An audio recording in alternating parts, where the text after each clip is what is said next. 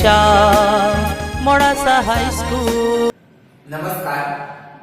છેલ્લે આપણે જડત્વની ચાપમાત્રા અને ચક્રાવર્તનની ત્રિજ્યા તેની ચર્ચા કરી ગયા. તેની ચક્રાવર્તનની ત્રિજ્યા k બરાબર √r1² r2² --rn² upon n તેવું સૂત્ર આપણે લીધું. તેને અનુલક્ષી અને આપણે જડત્વની ચાપમાત્રાનું સૂત્ર કીધું I બરાબર mk². એટલે જુદી જુદી પરિસ્થિતિમાં જે તે પદાર્થ માટે ચક્રાવર્તન ત્રિજ્યા શોધવા માટે આ સંબંધ દ્વારા આપણે સરખામણી કરી અને મેળવી શકીએ છીએ. તેને અનુલક્ષી અને જડત્વની ચાપમાત્રાના બે પ્રમેયની ચર્ચા આપણે કરી, સમાંતર અક્ષ પ્રમેય અને લંબ અક્ષ પ્રમેય. તેનાથી આગળ વધીએ તો આગળનો મુદ્દો છે આપણો સ્થિર અક્ષને અનુલક્ષીને પદાર્થની શુદ્ધ ચાપગતિકી.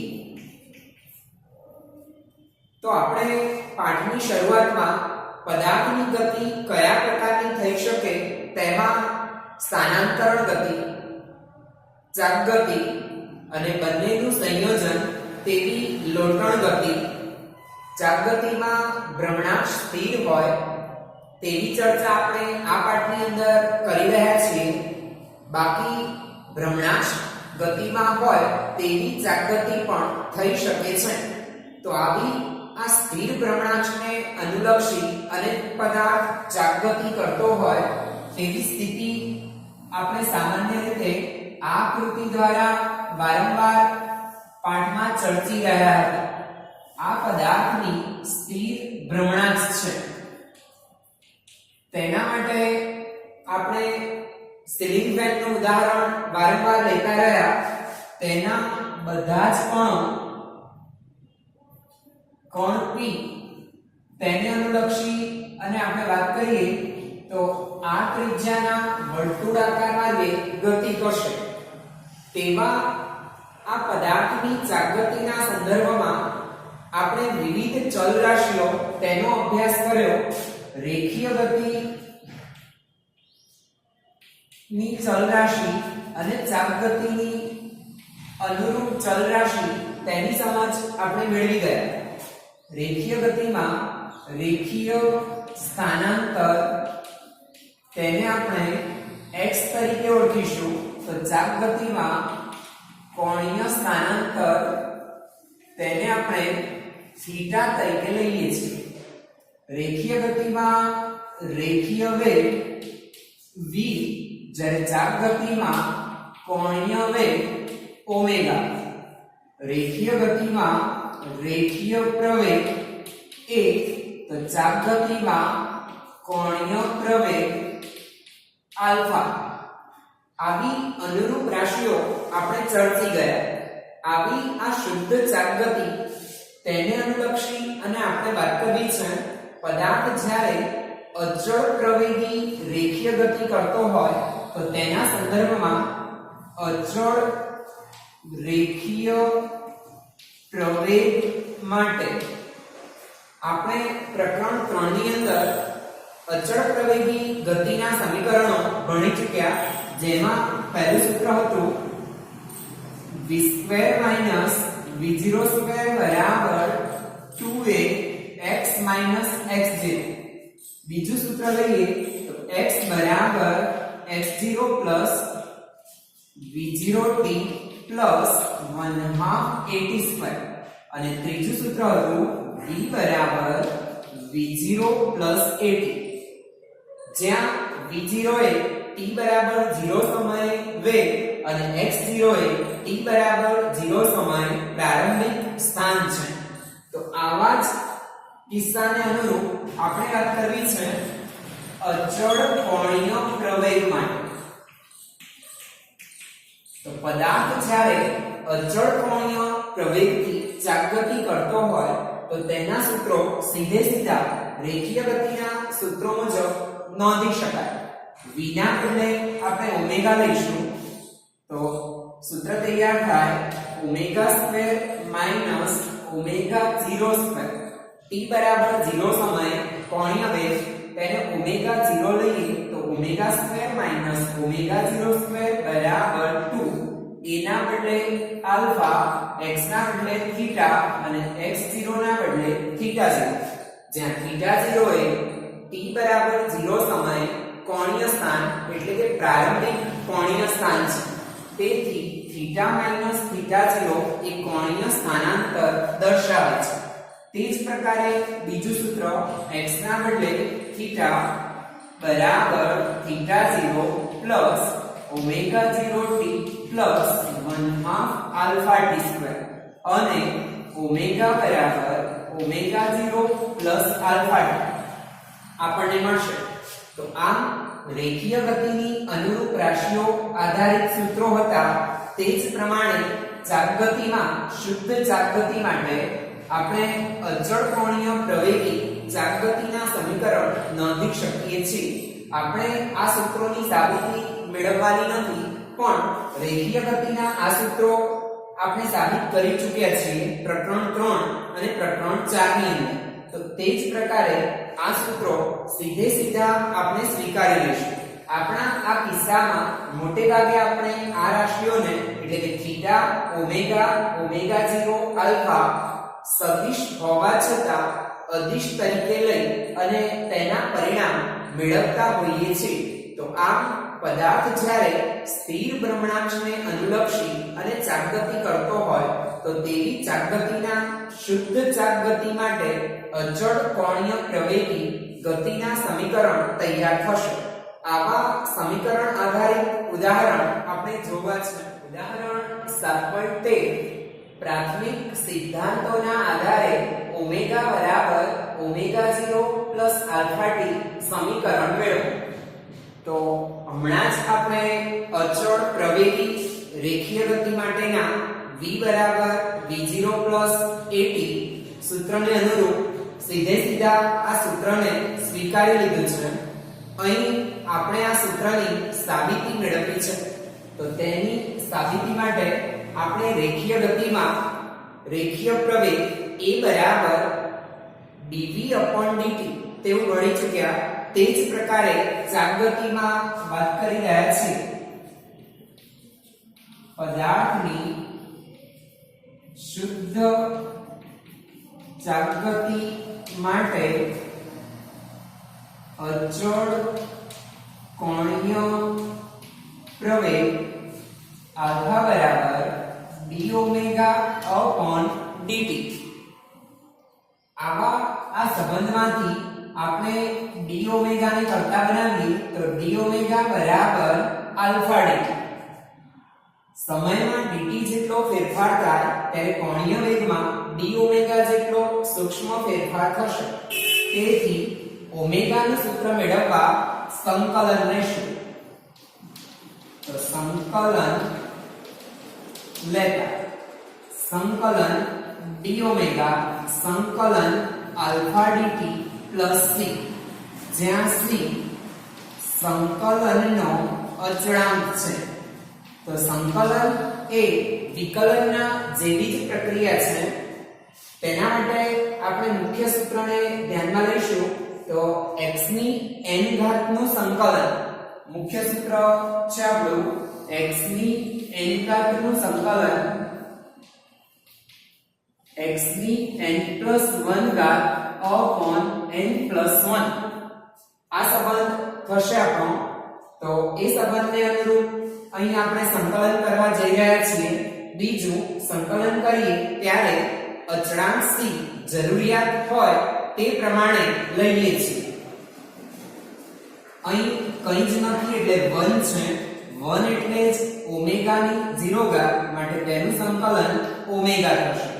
આલ્ફા અચળ છે તેની સાથે 1 એટલે t ની 0 ઘાત તેનું સંકલન t 0+1 ઘાત ભાગ્યા 0+1 ઘાત એટલે t થશે પ્લસ c.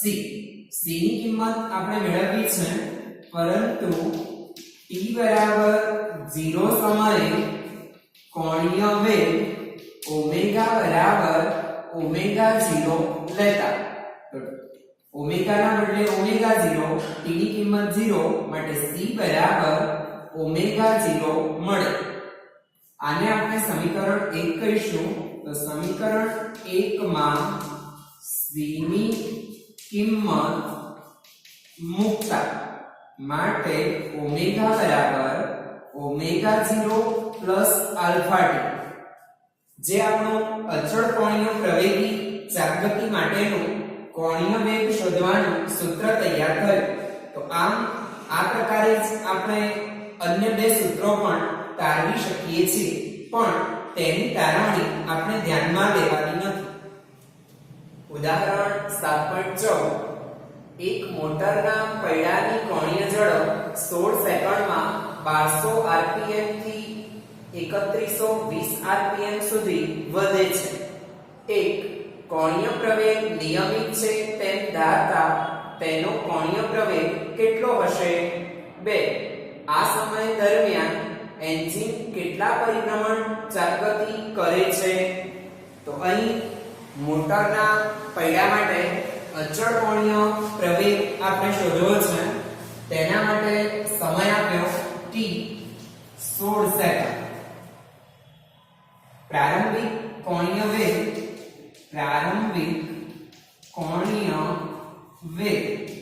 જેને ઓમેગા 0 કહીશું 1200 rpm રોટેશન પ્રતિ મિનિટ. સૌપ્રથમ તેને આપણે રોટેશન માંથી 2π રેડિયન અને મિનિટ માંથી 60 સેકન્ડ બનાવીએ તો રેડિયન પ્રતિ સેકન્ડ બનશે. તેનું સાદુરૂપ આપતા આ 6 20 40π રેડિયન પ્રતિ સેકન્ડ મળે. તે જ પ્રકારે અંતિમ કોણીય વેગ ઓમેગા એટલે જ 3120 આરપીએમ 3120 ગુણ્યા 2π ભાગ્યા 60 રેડિયન પ્રતિ સેકન્ડ. તેનું સાદુરૂપ પણ 312 ગુણ્યા 2 ભાગ્યા 6. જવાબ મળે 104π રેડિયન પ્રતિ સેકન્ડ. તો આ આપણને પૈડાના પ્રારંભિક અને અંતિમ કોણીય વેગ મળે. તેને અનુરૂપ આપણે શોધવો છે કોણીય પ્રવેગ. તો સૌપ્રથમ કોણીય પ્રવેગ મેળવવા માટે કોણીય વેગ અને સમય જાણીએ છીએ. ધારો કે પૈડાનો અચળ કોણીય પ્રવેગ આલ્ફા છે, તો સૂત્ર છે આપણું ઓમેગા બરાબર ઓમેગા 0 પ્લસ આલ્ફા t માટે આલ્ફા બરાબર omega minus omega 0 upon t. Omega 0 આ બાજુ આવ્યા અને t નીચે આવ્યા. ઓમેગા 104π ઓમેગા 0 40π અને સમય 16 સેકન્ડ. 104π માંથી 40π જાય એટલે 64π ભાગ્યા 16 એટલે 4π રેડિયન પ્રતિ સેકન્ડ. તો પૈડાનો અચળ કોણીય પ્રવેગ 4π રેડિયન પ્રતિ સેકન્ડ સ્ક્વેર થશે. બીજું, આ સમય દરમિયાન એન્જિન કેટલા પરિભ્રમણ કરે છે? તો એન્જિનના પરિભ્રમણ શોધવા છે અને પરિભ્રમણને કોણીય સ્થાનાંતર સાથે સંબંધ છે. માટે t સમયમાં કોણીય સ્થાનાંતર આપણે ગણવું છે. તો પૈડાએ t સમયમાં કરેલ કોણીય સ્થાનાંતર તેનું સૂત્ર આપણે ભણ્યા થીટા બરાબર theta 0 plus omega 0 t plus 1 માં આલ્ફા ટી સ્ક્વેર. થીટા 0 તેને આપણે પ્રારંભિક કોણીય સ્થાન અને 0 તરીકે લઈ રહ્યા છીએ. ઓમેગા 0 40 પાઈ અને સમય 16 સેકન્ડ. 1/2 આલ્ફા 4 પાઈ અને સમય 16 નો વર્ગ. સાદુરૂપ આપીએ તો 16 ગુણ્યા 40 એટલે 640 પાઈ પ્લસ અહીં 16 નો વર્ગ ગુણ્યા 2 એટલે 16 ગુણ્યા 16 ગુણ્યા 2 512 પાઈ. 512 પાઈ વત્તા 640 પાઈ એટલે 1152 પાઈ રેડિયન. તો પૈડાએ 16 સેકન્ડમાં આટલા રેડિયનનું કોણીય સ્થાનાંતર કર્યું છે. હવે આપણે જાણીએ છીએ કે પૈડું એક પરિભ્રમણ કરે એટલે 2π રેડિયનનું કોણીય સ્થાનાંતર થાય. માટે આપણે પદ મૂકી રહ્યા છીએ કે 2π રેડિયન કોણીય સ્થાનાંતર વડે થતા પરિભ્રમણ બરાબર 1. માટે 1152 પાઈ રેડિયન કોણીય સ્થાનાંતર વડે થતા પરિભ્રમણની સંખ્યા બરાબર 1152 પાઈ ભાગ્યા 2π. પાઈ પાઈ કેન્સલ. 1152 ભાગ્યા 2 એટલે જવાબ મળે 576. તો પૈડાએ 576 પરિભ્રમણ કર્યા હોય પછીથી તે અટકી જાય છે અથવા પછીથી તેનો કોણીય વેગ આટલો થાય છે. અહીં તે અટકતું નથી પરંતુ ઓમેગા 0 થી ઓમેગા થવા માટે તેને 576 પરિભ્રમણ કર્યા છે. ત્યાર પછી આગળનો મુદ્દો છે આપણો સ્થિર અક્ષને અનુલક્ષીને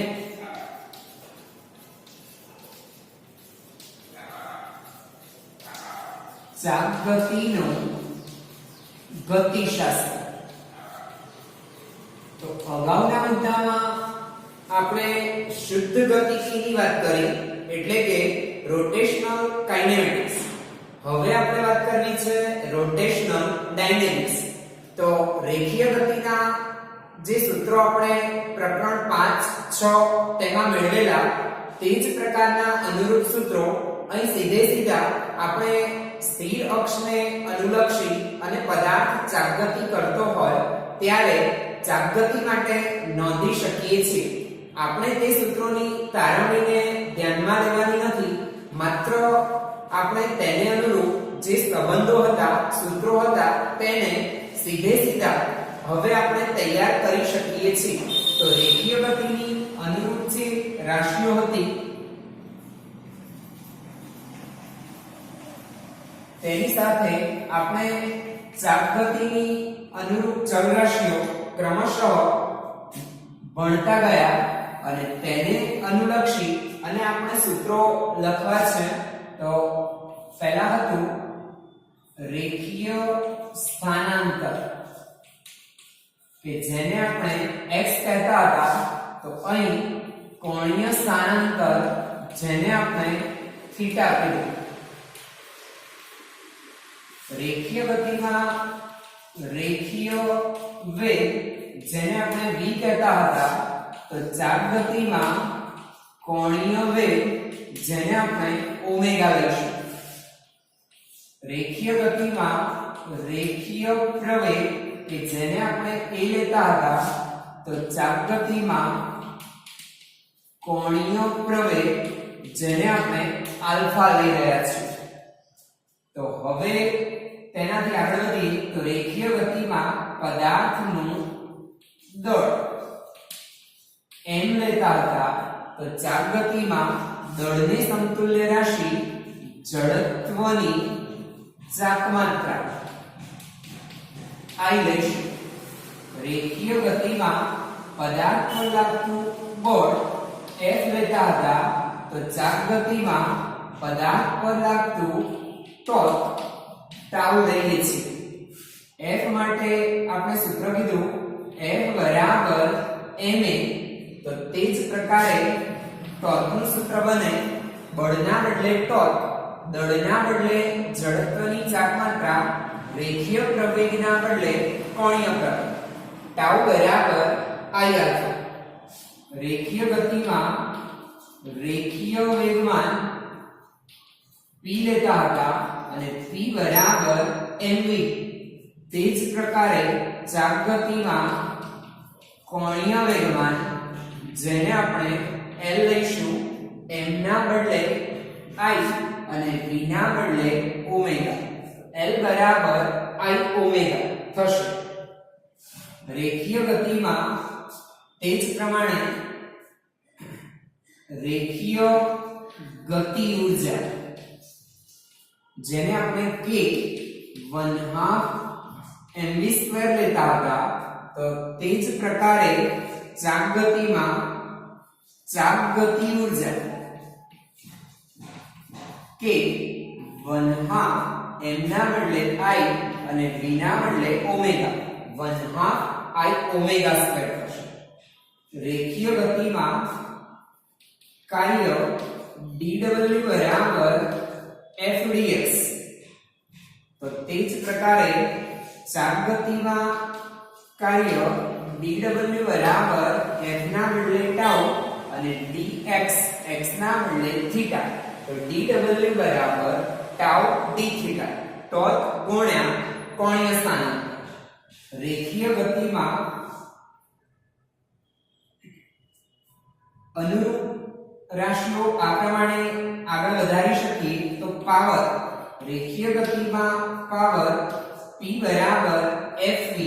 તો ચાપ ગતિમાં પાવર p બરાબર f ના બદલે ટાઉ અને v ના બદલે ઓમેગા. ટાઉ ઓમેગા આપણને મળશે. રેખીય વેગ v એટલે dx dt. તો કોણીય વેગ ઓમેગા એટલે d theta dt. રેખીય પ્રવેગ a એટલે dv dt અથવા d2x dt². તો કોણીય પ્રવેગ આલ્ફા એટલે d omega dt અથવા d2 theta dt². તો આમ રેખીય ગતિની જે ચલ રાશિઓ અને તેના સૂત્રો આપણે પ્રકરણ 3, 4, 5, 6 તેમાં મેળવ્યા હતા. તો તે જ પ્રકારના સૂત્રો ચાપ ગતિ માટે સીધા આપણે તૈયાર કરી શકીએ છીએ.